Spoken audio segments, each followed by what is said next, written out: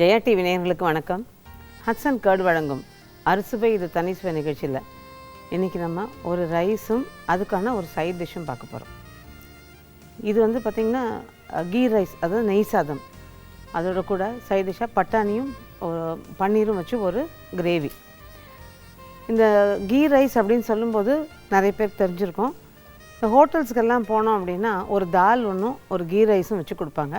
பெரும்பாலும் வந்து பார்த்திங்கன்னா அது ப்ளெயினாக இருக்கும். அதாவது கொஞ்சம் ஜீரகம் தாளித்து ஒன்று முந்திரி பருப்போ இல்லை அங்கங்கே தெரிகிற மாதிரி கொஞ்சம் பட்டாணியும் வச்சு அந்த சாதத்தை தாளிச்சிருப்பாங்க. அதில் வெறும் உப்பும் அந்த ஜீரக வாசனையும் தான் இருக்கும். ஆனால் அதுலேருந்து கொஞ்சம் மாறுபட்டு இன்றைக்கி நம்ம பண்ணுறது கொஞ்சம் கிட்டத்தட்ட பிரியாணி ஸ்டைலில், ஆனால் ரொம்ப ஈஸியாக பண்ணக்கூடிய ஒரு கீ ரைஸ். இது பிரியாணி வாசனையும் இருக்கும், அதே சமயம் நல்ல ஒரு டேஸ்ட்டும் கொடுக்கும். ஸோ இது ரொம்ப சிம்பிளாக பண்ணக்கூடிய ஒரு விஷயம். ஃபஸ்ட்டு அந்த கீ ரைஸ் பண்ண போகிறோம். அதுக்கு என்னென்ன தேவைங்கிறத முதல்ல சொல்லிடுறேன், அதுக்கப்புறம் அதை எப்படி பண்ணுறதுங்கிறத பார்க்கலாம். பாசுமதி அரிசி 2 கப் உதிர் சாதமாக வடித்து கொள்ளவும். வெங்காயம் 2 பொடியாக நறுக்கி கொள்ளவும். பச்சை மிளகாய் 5 சற்று பெரிய துண்டுகளாக நறுக்கி கொள்ளவும். இஞ்சி பூண்டு விழுது 1 டேபிள் ஸ்பூன். கொத்தமல்லி கைப்பிடி அளவு பொடியாக நறுக்கி கொள்ளவும். புதினா கைப்பிடி அளவு பொடியாக நறுக்கி கொள்ளவும். உப்பு தேவையான அளவு. தாளிப்பதற்கு நெய் 2 டேபிள் ஸ்பூன், எண்ணெய் 2 டேபிள் ஸ்பூன், பட்டை லவங்கம் ஏலக்காய் தலா 4. இப்போது இந்த நெய் சாதங்கிற கீ ரைஸ்க்கு தேவையான பொருள்லாம் பார்த்தோம் இல்லையா? இப்போ இந்த கீ ரைஸ் அப்படிங்கிற நெய் சாதத்துக்கு நம்ம சாதம் வடிக்கிறத பற்றி சொல்லணும். இப்போ இதுக்கு பாஸ்மதி அரிசி தான் நிச்சயமாக நல்லாயிருக்கும். அதுதான் ஒரு நல்ல வாசனையை கொடுக்கக்கூடியது. அதுக்கு வந்து சாதம் வந்து வடித்து பழக்கப்பட்டவங்களாக இருந்தால் நீங்கள் சின்ன பாத்திரத்துலேயோ தவலையிலையோ வச்சு வடிச்சிடலாம். சரி, வடித்து பழக்கம் இல்லை, எங்களுக்கு குக்கரில் வச்சு தான் பழக்கம் அப்படின்னு நினச்சிங்கன்னா இதுக்கு வந்து கொஞ்சம் உதிர் சாதமாக வேணும். அதனால் ஒரு ஆழாக்கு சாதத்துக்கு அப்படின்னு அரிசிக்கு அப்படின்னா 1.5 அழாக்கு தண்ணி. இது வந்து 1.5 அழாக்கு தண்ணிங்கிறத கொஞ்சம் குறைச்சி கூட வச்சுக்கலாம். ஏன்னா நீங்கள் குக்கரில் 1-2 விசில் எக்ஸ்ட்ரா விட்டுட்டிங்கன்னா கொஞ்சம் குழஞ்சிரும். அதனால் ஒரு 1.25 கப் வரைக்கும் கூட தாராளமாக வச்சுக்கலாம். வச்சுட்டு நல்லா ஒரு 2 விசில் அதிகப்படியான தீயில் விட்டு 2 விசில் வச்சுட்டு தீயை நல்லா குறைச்சி ஒரு 5 நிமிஷம் கழித்து ஆஃப் பண்ணி இறக்கிட்டிங்க அப்படின்னா அதுக்கப்புறம் ப்ரெஷர் அடங்கினதுக்கப்புறம் மெதுவாக அந்த சாதத்தை வேறு ஒரு பாத்திரத்துக்கு ட்ரான்ஸ்ஃபர் பண்ணலாம். இதில் ஒரு விஷயம் என்ன பண்ணணும்னா, நம்ம அந்த குக்கரில் வைக்கிற போது சிலருக்கு பார்த்திங்கன்னா அது அடியில் நல்லா பிடிச்சி போயிருக்கும். அதனால் கொஞ்சம் எண்ணெயை தடவிட்டு வச்சிங்கன்னா அந்த அளவுக்கு பிடிக்காது. நீங்கள் அழகாக அதை எடுத்து மாற்றிடலாம். மாற்றிட்டு அதுக்கப்புறம் தாளிச்சிக்கலாம். வடிக்கிறதா இருந்தாலும் ஈஸியாக வடிக்கிறது வந்து நல்லா பதமாக லேசாக உள்ள அந்த நறுக்கு தெரிகிற மாதிரி இருக்கணும். அந்த அழுத்துகிற போது அந்த சாதம் வந்து கொஞ்சம் அழுத்தமாக இருந்தது அப்படின்னா அந்த பதத்தில் வடித்து வச்சிங்கன்னா கரெக்டாக மலர்ந்து வெந்துடும். அப்போ கரெக்டாக இருக்கும் உங்களுக்கு சாதம். அது பழக்கப்பட்டவங்க அப்படி இல்லைன்னா நீங்கள் குக்கர்லேயே பண்ணிடலாம். இப்போ நான் அந்த மாதிரி வடித்து எடுத்து வச்சுருக்கேன். இப்போ நம்ம தாளிக்கிறத பார்க்கலாம். இப்போ ஒரு பாத்திரத்தை அடுப்பில் போட்டிருக்கேன். இப்போ இதுக்கு பார்த்திங்கன்னா நெய் 2 டேபிள் ஸ்பூன். இதுக்கு நெய் தான் வாசனை, ஏன்னா வேறு எதுவும் நம்ம ருசிக்கு இதில் சேர்க்கறதில்ல. இப்போ பொதுவாக பிரியாணி அந்த மாதிரி அப்படிங்கிற போது நம்ம வந்து இதுக்கு கொஞ்சம் மற்ற மசாலாக்கள் சேர்க்குறோம் கொள்கிறோம் எல்லாமே. பட் இந்த நெய் சாதத்துக்குன்னு பார்த்திங்கன்னா ஃப்ளேவரிங் ஏஜென்ட் வந்து இந்த நெய் மட்டும்தான். அடுத்தது எண்ணெய் கொஞ்சம்.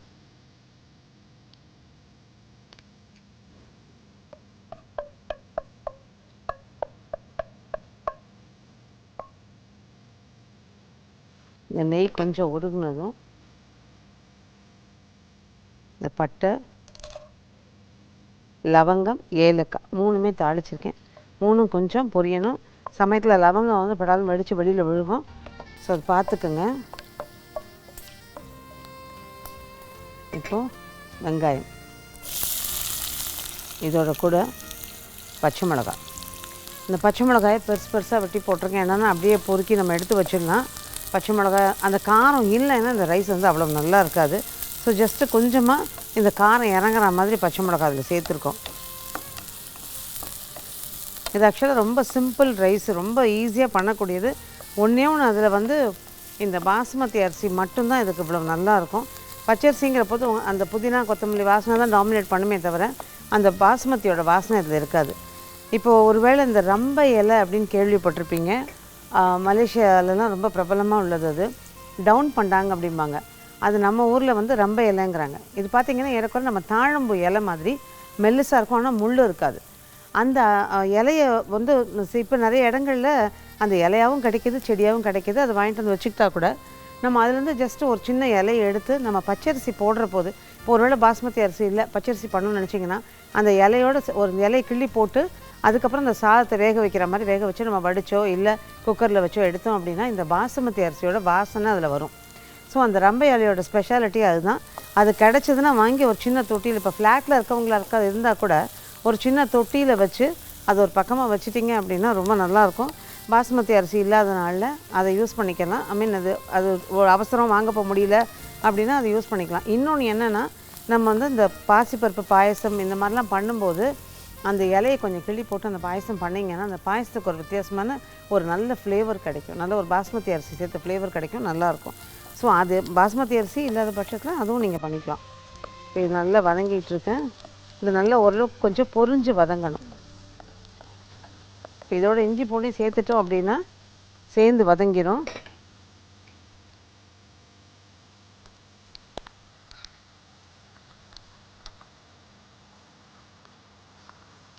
லேசாக அந்த பச்சை மிளகாயோட காரம் தெரியும். ஆனால் ஹோட்டலில் கொடுக்குற கீ ரைஸும் இதுவும் ரொம்ப ரொம்ப வித்தியாசமானது. அது வந்து ஒரு பிளெயின் ரைஸ், அது நார்த் இந்தியன் ஸ்டைலில் ஒரு பிளெயின் ரைஸு. அதுவும் இதுவும் பிளெண்ட் ஆகி ஒரு டேஸ்ட்டு, ஒரு ஃப்ளேவர். இப்போ இதோட நம்ம பொடியாக நறுக்கி வச்சுருக்கோம் இல்லையா கொத்தமல்லி, அது புதினா,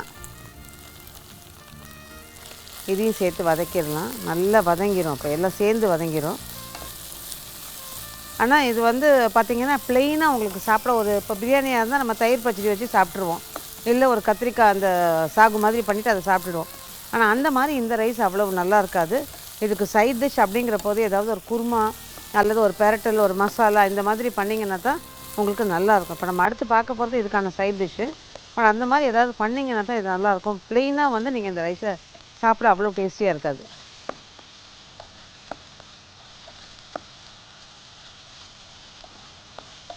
கொஞ்சம் நேரம் அது வதங்கிடுச்சுன்னா கரெக்டாகிடும். இந்த பச்சை வாசனை போய் வதங்கணும். பார்த்திங்கன்னா ஓரளவுக்கு அந்த வெங்காயம் நல்லா பொரிஞ்ச மாதிரி வதங்குது, அந்த ஈரம் போக போக பொரிஞ்ச மாதிரி வதங்குது. இது இன்னும் கொஞ்சம் நல்லா வதங்கிடுச்சுன்னா உங்களுக்கு பார்க்க ரொம்ப நல்லாயிருக்கும். டேஸ்ட்டும் அந்த வாசனையும் நல்லாயிருக்கும், டேஸ்ட்டும் நல்லாயிருக்கும்.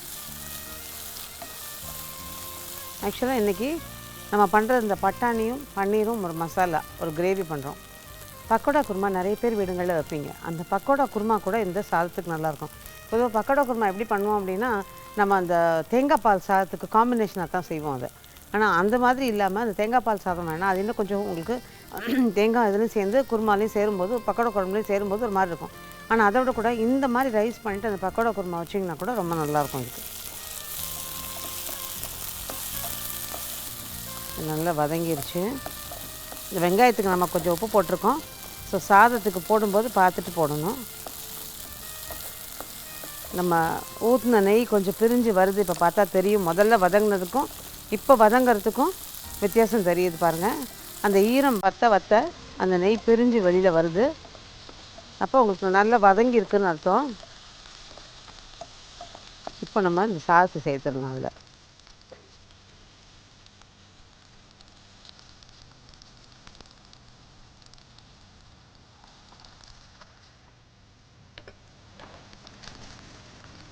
இதோடு சேர்த்து நல்லா கிளறிடலாம்.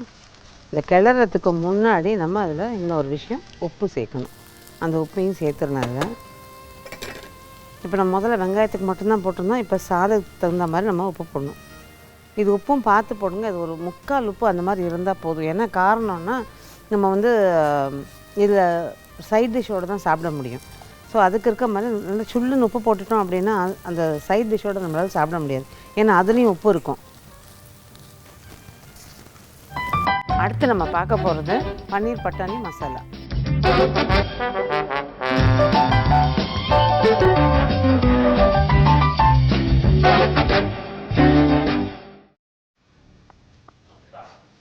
இப்போ பார்த்திங்கன்னா நம்ம தாளிச்சோட சாதத்தையும் கொட்டோம், லேசாக உப்பு போட்டோம், கலந்துட்டோம். இப்போ இதை இன்னொரு சர்விங் பவுல் எடுத்துலாம். இது வந்து வதங்குற வரைக்கும் நான் ஓரளவுக்கு நல்ல தீயில வச்சு நல்லா வதக்கிட்டேன். சாதம் கொட்டினதுக்கப்புறமா நான் தீயை குறைச்சி தான் சாதத்தை கிளறியிருக்கேன். இதில் ஆக்சுவலாக கொஞ்சம் எண்ணெய் சேர்த்ததுக்கு காரணம், நெய் வந்து சில நேரங்களில் பார்த்திங்கன்னா அப்படியே உறைஞ்சா மாதிரி நிற்கும். அப்போ நம்ம சாப்பிடும்போது அந்த நெய் ஒரு மழுமழுப்பு தட்டும். அதனால கூட கொஞ்சம் எண்ணெயும் சேர்த்துக்கிட்டோம் அப்படின்னா அது உரையிற தன்மை கொஞ்சம் கம்மியாகும். அப்போ உங்களுக்கு சரியாக இருக்கும் நம்ம சாப்பிட்ற போது. ஆனாலுமே இந்த சாதம் வந்து ஓரளவுக்கு நல்லா சுட சுட அப்போ செஞ்சு சாப்பிட்டாலும் சரி, இல்லை சூடாக செஞ்சதுக்கு அப்புறமா நம்ம ஆறி போயிடுச்சு அப்படின்னா நல்லா சூடு பண்ணிவிட்டு எடுத்துக்கிட்டிங்கன்னா நல்லாயிருக்கும்.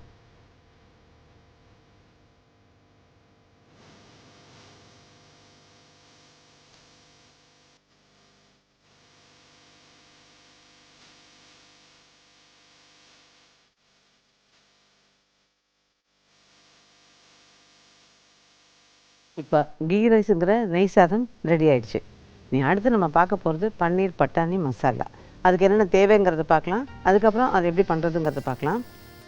பன்னீர் 200 கிராம், பச்சை பட்டாணி அரை கப், தக்காளி 3 பொடியாக நறுக்கி கொள்ளவும், கொத்தமல்லி சிறிதளவு பொடியாக நறுக்கி கொள்ளவும், புதினா சிறிதளவு, உப்பு தேவையான அளவு, அரைத்து கொள்ள தேங்காய் துருவல் 2 டேபிள் ஸ்பூன், சோம்பு 1 டீஸ்பூன், சீரகம் 1 டீஸ்பூன், மிளகு 1 டீஸ்பூன், சின்ன வெங்காயம் 5 தோல் உரித்து கொள்ளவும், பூண்டு 6லிருந்து 7 பற்கள், இஞ்சி 1 துண்டு, காய்ந்த மிளகாய் 5, பட்டை 1 துண்டு, லவங்கம் 4, வதக்கி கொள்ள வெண்ணெய் 2 டேபிள் ஸ்பூன். இப்போ இந்த பன்னீர் பட்டாணி மசாலாவுக்கு தேவையான பொருள்லாம் பார்த்தோம் இல்லையா? இதில் அரைக்க கொடுத்துருக்க பொருள்னு சிலதெல்லாம் கொடுத்துருக்கேன். அதை முதல்ல அரைச்சிடுவோம். பார்த்திங்கன்னா சோம்பு, சீரகம், இஞ்சி, இந்த இஞ்சியை நம்ம கட் பண்ணி போட்டுடலாம். அடுத்தது மிளகு, பூண்டு, காஞ்ச மிளகாய், தேங்காய் துருவல், சின்ன வெங்காயம், பட்டை, லவங்கம், ஏலக்காய். இது எல்லாத்தையும் ஒன்றா நல்லா விழுதாக அரைச்சிட்டு வந்துடணும். அதுக்கப்புறமா அதை நம்ம தாளிக்கிறத பார்க்கலாம். பார்த்திங்கன்னா அரைச்சி ரெடியாக வச்சுட்டோம். அதாவது தேங்காய், இஞ்சி, பூண்டு, சின்ன வெங்காயம், அப்புறம் கொஞ்சம் பட்டை, லவங்கம், அடுத்து சோம்பு, மிளகு, காஞ்ச மிளகாய், அப்புறம் சீரகம், இது எல்லாம் சேர்த்து அரைச்ச விழுது ரெடி ஆகிடுச்சு. பன்னீரும் சின்ன சின்ன துண்டுகளாக கட் பண்ணிட்டோம். இப்போ நம்ம தாளிக்கிறது வந்து வெண்ணெயில் தாளிக்க போகிறது. இந்த வெண்ணெய் நல்ல ஃப்ளேவர் கொடுக்கும். ஸோ வெண்ணெயில் தாளிக்க போகிறோம். இந்த வெண்ணெய் வேண்டாம்னு நினைக்கிறவங்க எண்ணெயில் தாளிச்சிக்கலாம். பட் நல்ல ஃப்ளேவர் கொடுக்கணும் அப்படின்னா நம்ம வெண்ணெய் தான் நல்லாயிருக்கும். அதுக்கு வெண்ணெய் லேசாக உருகும் போதே இந்த அரைச்ச விழுதை முழுசாக உருகணுங்கிறதுல வெண்ணெய் லேசாக உருகும் போதே இந்த அரைச்ச விழுது அதில் சேர்த்துடலாம். தீ ஓரளவு கொஞ்சம் பெருசாக வச்சுட்டே நல்லா கிளற. ஏன்னா நல்லா அந்த பச்சை வாசனை போக அது வதங்கணும். இப்போ தான் தீயை கொஞ்சம் பெருசில் வச்சுருக்கேன். இதுலேயே நம்ம வந்து இந்த கொத்தமல்லி லாஸ்ட்டில் கொஞ்சம் தூவறதுக்கு வச்சுக்கலாம். அடுத்தது புதினா, இதெல்லாம் சேர்ந்து வதங்குச்சுன்னா ஒரு நல்ல வாசனை கொடுக்கும். அது இந்த வெண்ணெயும் பார்த்திங்கன்னா ஒயிட் பட்டர் இல்லைன்னா டேபிள் பட்டர்னு சொல்கிற அந்த உப்பு சேர்த்த வெண்ணெய் எதுவாக இருந்தாலும் நல்லாயிருக்கும். உப்பு சேர்த்த வெண்ணெயை சேர்க்குறது வந்து எக்ஸ்ட்ரா கொஞ்சம் ஃப்ளேவர் கிடைக்கும். ஆனால் உப்பும் இருக்கும் அதில். அதனால் கவனமாக உப்பு போட்டுக்கணும். அதே மாதிரி இன்றைக்கி இந்த பச்சை பட்டாணி பார்த்திங்கன்னா நான் ஃப்ரோசன் பட்டாணின்னு சொல்கிறேன். பச்சை பட்டாணி சொல்கிறீங்களே, இது மாதிரி நீங்கள் வேக வச்சா மாதிரியும் தெரியல, ஆனால் சுருங்கினா மாதிரி இருக்குன்னு யோசிக்கலாம். இந்த பச்சை பட்டாணி பார்த்திங்கன்னா நான் வந்து நம்ம கடையில் இப்போ ஃப்ரெஷ்ஷாக இந்த சீசனில் கிடைக்கிற போது வாங்கி அதை நல்லா தோலை உரிச்சிட்டு நல்லா கொதிக்கிற தண்ணியில் ஒரே ஒரு ஒரு 10 செகண்டுன்னு வச்சுக்கோங்க. இந்த 10 செகண்ட் போட்டுட்டு வடிகட்டி நல்லா துணியில் ஆற வச்சுருவோம். வச்சுட்டு அதுக்கப்புறமா ஒரு டப்பாவில் போட்டு ஃப்ரீசரில் போட்டு வச்சுட்டா தேவையான போது நம்ம எடுத்துக்கலாம். உங்களுக்கு வந்து அந்த அப்படியே உரிச்சதோடு போட்டு வைக்கிற போது கொஞ்சம் நாள் ஆணுச்சுன்னா ஒரு மாதிரி வாசனை, என்ன தான் ஃப்ரீசரில் இருந்தாலும் ஒரு வாசனை வருது. அந்த வாசனையை தவிர்க்கிறதுக்கு வந்து நம்ம இந்த மாதிரி பண்ணோம் அப்படின்னா நல்லாயிருக்கும். நல்லா துணியில் பரத்தி விட்டுட்டு நல்லா ஒரு 2-3 மணி நேரம் ஆறுனதுக்கப்புறமா அதுக்கு ஒரு டப்பாவில் போட்டு ஃப்ரீசரில் போட்டுட்டிங்கன்னா நீங்கள் எப்போ வேணாலும் எடுத்துக்கலாம். அது நல்லாயிருக்கும். கொஞ்ச நாள் வரைக்கும் கூட வரும். ஃப்ரீசர் நல்ல கண்டிஷனில் இருந்ததுன்னா குறைச்சது உங்களுக்கு ஒரு 3 மாதத்துக்காவது நல்லாயிருக்கும், ஒன்றும் ஆகாது. அந்த மாதிரி அதை எடுத்து நம்ம வெளியில் வச்சு நம்ம சமைக்கிற போது நீங்கள் தனியாக அது வேக வைக்கணும் அப்படிங்கிற அவசியமே கிடையாது. வதங்குற பொருள்லேயே அதையும் போட்டோம்னா நல்லா வதங்கிடும். இப்போ நான் இது நல்லா பச்சை வாசனை போக வதங்கினதுக்கு அப்புறமா நான் தக்காளி சேர்ப்பேன் இல்லையா, அந்த சமயத்தில் அந்த பட்டாணி அதில் சேர்த்துருவேன். இப்போ உப்பு சேர்த்திங்கன்னா தண்ணி விட்டுக்கிட்டே இருக்கும். அதனால் நம்ம வதங்கினதுக்கு அப்புறமா உப்பு சேர்த்துக்கலாம். இந்த பக்கம் நம்ம ஒரு பாத்திரத்தில் தண்ணி போட்டு ரெடியாக வச்சுக்கலாம்.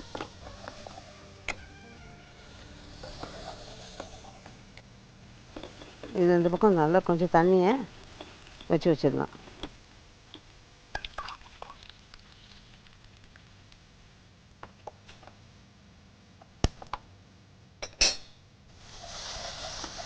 இது பார்த்திங்கன்னா இன்றைக்கி நான் பெரிய தீயில வச்சு வதக்குறேன். என்ன காரணம்னா இந்த நான்ஸ்டிக் பேனு, அதனால் உங்களுக்கு சுழண்டுக்கிட்டே வரும். இந்த மாதிரி ஸ்வர்ல் ஆகும்னு சொல்லுவாங்க இல்லையா, அது மாதிரி நல்லா சுழண்டு அது வரும். இதே நீங்கள் வந்து நம்ம இரும்பு கடாய் அலுமினிய கடாய் இருந்தால் தீயை மிதமாக வச்சுக்கிட்டு வதக்குனீங்கன்னா தீஞ்சு போகாமல் ஒரு நல்ல வாசனையை கொடுக்கும். இல்லைன்னா சட்டுன்னு தீஞ்சு போயிடும் அந்த மாதிரி கடாயிலலாம் பண்ணும்போது. ஸோ நம்ம ஆனால் அது ஆக்சுவலாக பார்த்திங்கன்னா அந்த இரும்பு கடாயில் பண்ணிங்கன்னா அதுக்கு ஒரு தனி மணமும் குணமும் உண்டு. அதனால் நிதானமாக அதை வதக்கலாம். இந்த மாதிரி நான்ஸ்டிக்காக இருக்கும்போது உங்களுக்கு அவசரத்துக்கு பெரிய தீயில வச்சு நல்லா வதக்கி விட்டுடலாம்.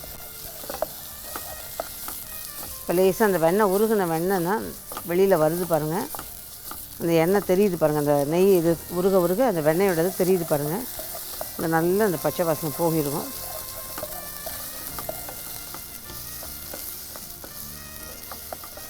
இது பச்சை வாசனை போனால் தான் நல்லாயிருக்கும். இல்லைன்னா அந்த வாசனை இருந்துக்கிட்டே இருந்துச்சுன்னா நம்மளால் சாப்பிட முடியாது. ஏன்னா அது இஞ்சி பூண்டு சோம்பு அந்த பட்டை லவங்கம் இது எல்லாத்தோட வாசனையும் உங்களுக்கு எவ்வளோக்கு எவ்வளவு வதங்குதோ அந்த அந்த குறிப்பிட்ட இது வதங்குற வரைக்கும் அந்த வாசனை நல்லா வர வரைக்கும் வதங்குச்சுன்னா தான் நல்லாயிருக்கும்.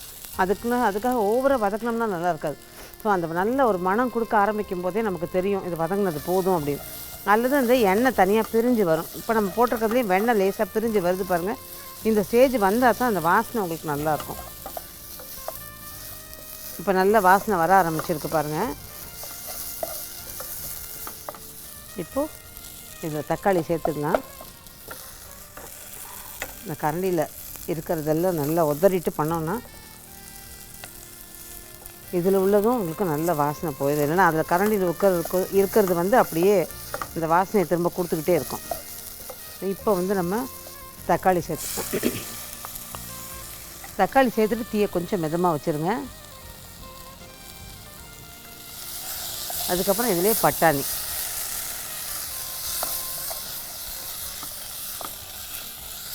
இப்போ இந்த மசாலாவுக்கு தேவையான உப்பை இந்த சமையல் சேர்த்துடலாம்.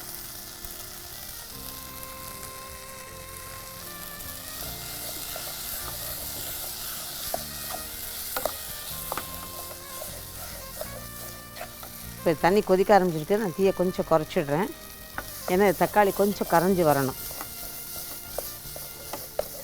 இது கொஞ்சம் ரிச்சாக வேணும்னு நினைக்கிறவங்க இந்த மசாலாவை நீங்கள் என்ன பண்ணிக்கலாம், கொஞ்சம் ஃப்ரெஷ் க்ரீம் கடைசியாக சேர்த்துக்கலாம். சரி, ஃப்ரெஷ் க்ரீம்லாம் இல்லைங்க, அதுக்கு பதிலாக நாங்கள் இன்னும் கொஞ்சம் ருசி கொடுக்கணும், இன்னும் கொஞ்சம் ரிச்சாக தெரியணும் அப்படின்னா வேறு என்ன சேர்க்கலாம்னு கேட்டிங்கன்னா, ஒன்று பாதாம் அல்லது முந்திரியில் ஒரு 5 அந்த மாதிரி ஏதாவது ஒன்று போதும். இதோடு சேர்த்து அரைச்சிக்கிட்டிங்கனாலே உங்களுக்கு இன்னும் கொஞ்சம் கூடுதல் ஒரு டேஸ்ட் கொடுக்கும்.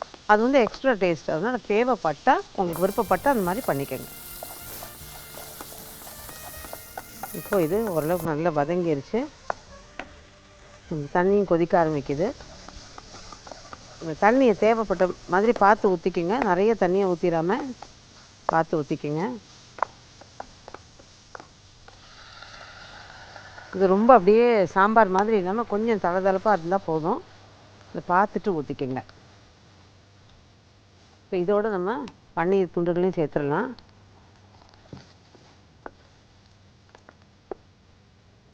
இப்போ இன்னும் கொஞ்சம் தண்ணி சேர்த்துக்கலாம். ஏன்னா ஒரு 2 நிமிஷம் அதை கொதிக்க விட்டுறதுக்கு நமக்கு தண்ணி வேணும். இப்போ இது கொதிக்கிறதுக்கு ஒரு 2 நிமிஷம் ஆகும். அதுக்கு முன்னாடி ஒரு ஷார்ட் கமர்ஷியல் பிரேக்.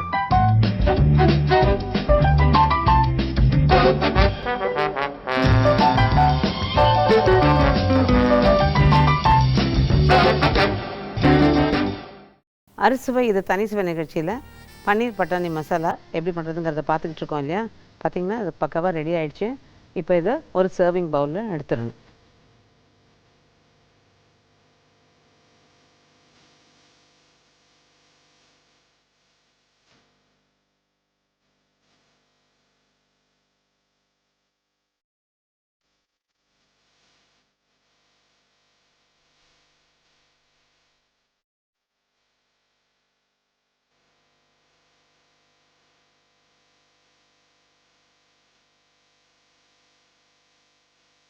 எண்ணெய்ங்க இப்போ இந்த பன்னீர் பட்டாணி மசாலா பார்த்தீங்க இல்லையா, நம்ம ஏற்கனவே கீ ரைஸ், இந்த கீ ரைஸ்க்கான சைட் டிஷ் தான் இப்போ பார்த்தா இந்த மசாலா.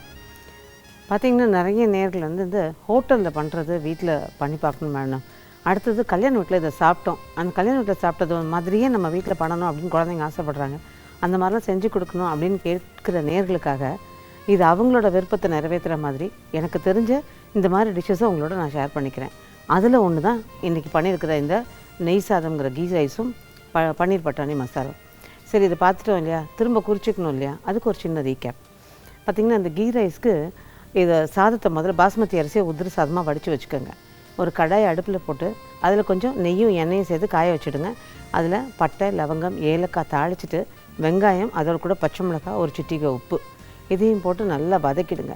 அதை ஒரு 5 நிமிஷம் கழித்து அதுக்கப்புறமா அதில் இஞ்சி பூண்டு பேஸ்ட்டு, அடுத்தது புதினா, கொத்தமல்லி இதையும் சேர்த்து நல்லா வதக்கிட்டு வேக வச்சுருக்க சாதத்தையும் போட்டு தேவையான உப்பையும் போட்டு நல்லா கலந்துட்டு எடுத்து வச்சோம் அப்படின்னா கீ ரைஸ் அப்படிங்கிற நெய் சாதம் தயார்.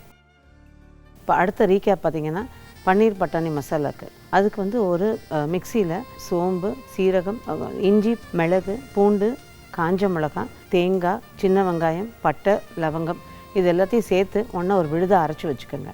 ஒரு கடாயை காய வச்சு அதில் வெண்ணெயை உருக்கிடுங்க. வெண்ணெய் லேசாக உருகும் போதே இந்த அரைச்ச விழுதை சேர்த்து நல்லா பச்சை வாசனை போக, புதினா கொத்தமல்லியும் சேர்த்து நல்லா பச்சை வாசனை போக நல்லா வதக்கிடுங்க. அது வதங்கினதுக்கு அப்புறமா நம்ம பட்டாணியும் தக்காளியும் அதை சேர்த்து தேவையான உப்பையும் சேர்த்து நல்லா வதக்கிடுங்க. ஒரு பக்கம் பார்த்திங்கன்னா கொஞ்சம் தண்ணியை காய வச்சு வச்சுடுங்க.